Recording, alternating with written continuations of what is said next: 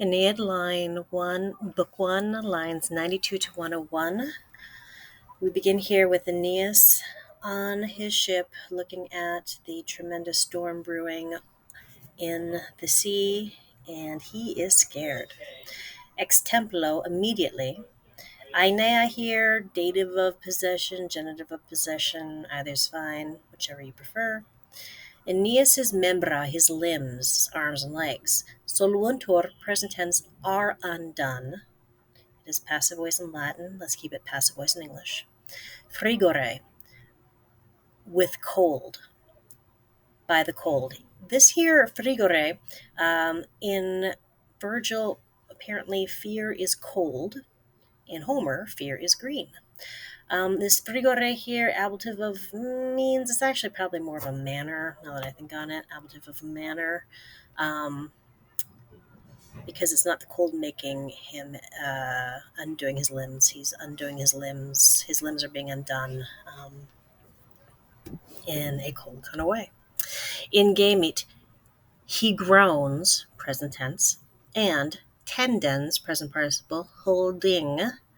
Dupliques here, modifying palmas, double palms, ad sidera, to the stars, towards the stars.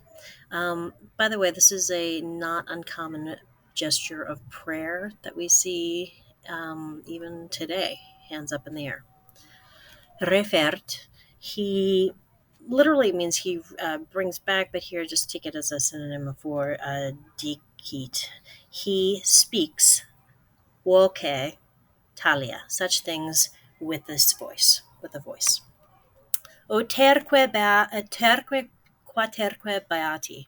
He's speaking to the blessed dead, those who died at Troy, and so therefore, even though they're not there, it is evocative. Grammar for the next phrase is very funky. Bear with me. Now, quis here is a contracted form of quibus, which works with contigit, an impersonal verb to befall or occur or happen. The subject is actually the infinitive opetere. So something along this lines. For whom opetere. Now, opetere is part of a idiom meaning to encounter one's death. Opetere mortem, kind of like our to meet one's maker. And even though it is an infinitive, it is functioning as a subject of contigit. For whom meeting one's death, meeting one's fate, occurred, perfect tense, ante, in front of the faces of their fathers. Troia here, I guess technically could be a locative, but I think it makes more sense to go just with moenibus, at the foot of the tall walls of Troy. So again, Aeneas is expressing his jealousy of those who died in an honorable way back at Troy and didn't then have to go on and wander for 7 years as a refugee. Our next evocative here is, unexpectedly, the Greek hero Diomedes. Tydidae here is his patronymic. His father's name was Tydeus. And here we have this superlative vocative. Oh, bravest, or oh, brave, very brave, either's fine. Son of Tydeus, Diomedes is fine for that. And he is the very bravest of the tribe of the Greeks. They are both genitive, but Danaum, Gentis, they do not modify. One does not modify the other. So again, O very bravest of the tribes of the Greeks. Next, we have one of those, again, we have one of those accusatives of exclamation with an infinitive of exclamation. Where have we seen this before?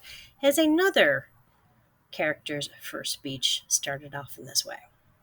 This time, however, instead of menin with the elision, it's menil.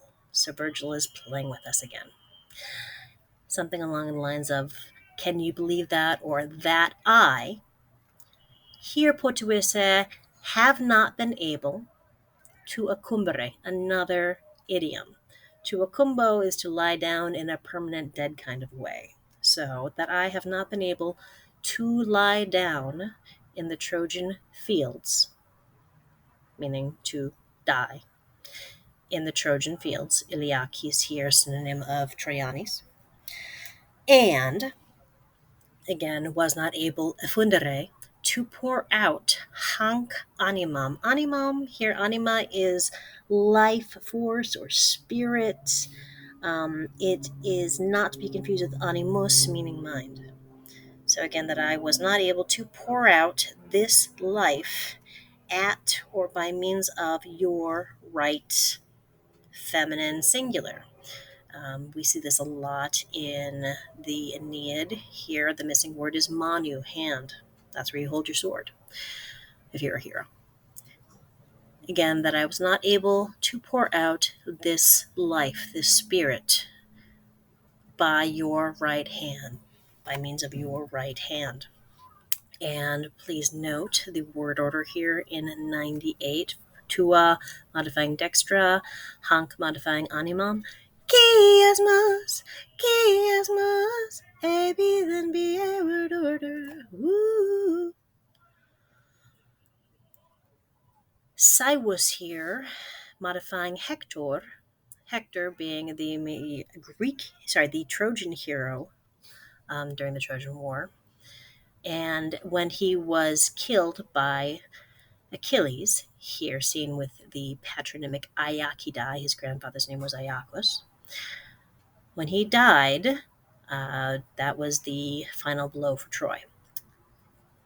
It still took a little while for the walls to come down, but still. Ubi here, where, savage Hector, Iacet. Now this is from Iaceo, Iacere, to lie, not to be confused with Iaceo, Iacere, to throw. Sadly, Hector's dead, so he's not throwing anything. Where savage Hector lies. Tello here is not an ablative of means. It's actually an ablative of cause. It makes a lot more sense because he isn't lying by means of a sword.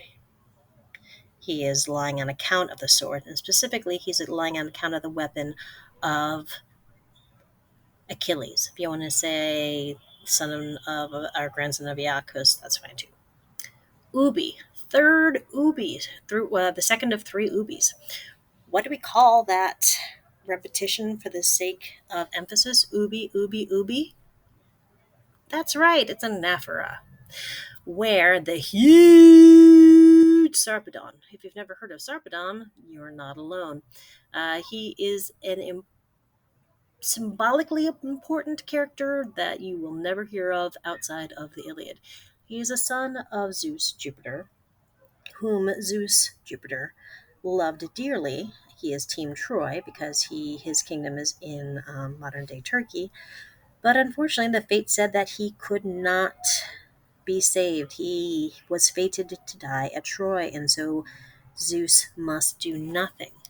Unlike we saw earlier when Diomedes attacked Aeneas and almost killed Aeneas. He would have killed Aeneas if Aeneas' mother, Venus, had not swooped in and yanked Aeneas out of the fight, saving his life and actually getting injured herself in the process. So yet again, we see Aeneas expressing jealousy of those who have already died and expressing jealousy that Diomedes didn't actually successfully kill him. This is not the happiest frame of mind for Aeneas. Ubi number 3, where the Simois. Now, the Simois is a river that flows through Troy, and so it is where it was the background of much of the fighting, and also where a lot of the detritus of the fallen heroes washed up. So again, where the Simois, Volvit here, turned or ruled tot corrupta, so many Corrupta here is modifying scuta. So many shields snatched up, corrupta, under the waves. And there, by the way, the shields virum of men. That's one of those syncopated genitive plurals. Where the Simois River rolls or rolled, either's fine. That actually could be a perfect. I think it makes more sense as a perfect. Well, other way. So many shields of men, which had been snatched up sub undis, under the waves, and their galeas, their helmets, and their brave bodies.